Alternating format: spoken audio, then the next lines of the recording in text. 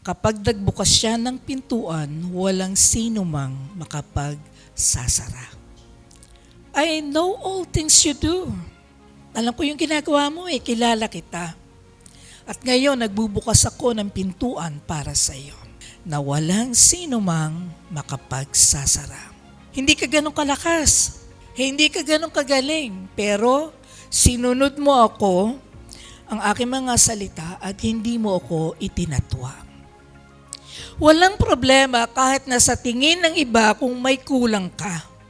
Walang problema kahit na sa tingin ng iba hindi mo kaya.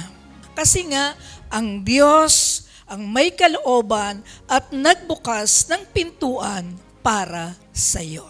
Kahit mas magaling siya sa iyo, kahit ang dami niyang alam, pero kapag sa iyo ibinukas ng Diyos ang pintuan, hindi para sa Kanya yon, para sa iyo yon. At kahit nakulang ka sa tingin nila, yung pintuan na yon na ibinukas ng Diyos para sa iyo yon. At hindi iyon maaaring isara ng sino man